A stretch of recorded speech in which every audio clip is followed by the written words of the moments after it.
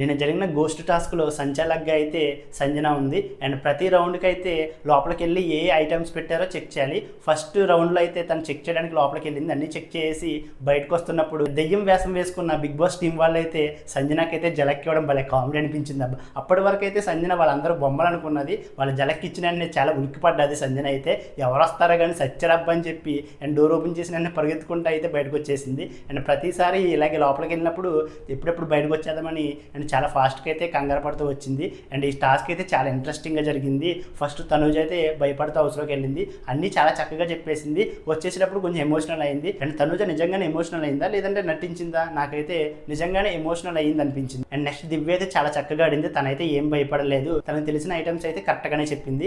And లాస్ట్లో రీతు అయితే వెళ్ళింది. రీతు చాలా ఓవరాక్షన్ చేసుకుంటూ లోపలికైతే వెళ్ళింది. నేను భయపడిన ఆడపూలి అది ఇది అని చెప్పి.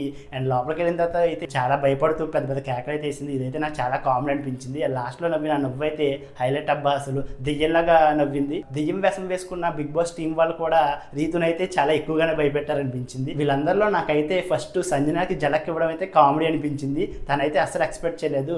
అండ్ ఆ జలక్ ఇచ్చిన తనైతే నిజంగా చాలా భయపడింది. అండ్ ఏదేమైనా సరే ఈ టాస్క్ అయితే చాలా ఫన్నీగా జరిగింది. అండ్ నిన్న జరిగిన గోస్ట్ టాస్క్లో మీకు ఎవరిది బాగా కామెడీ అనిపించిందో వీడియోని లైక్ చేసి మీ అభిప్రాయాన్ని కామెంట్ చేయండి.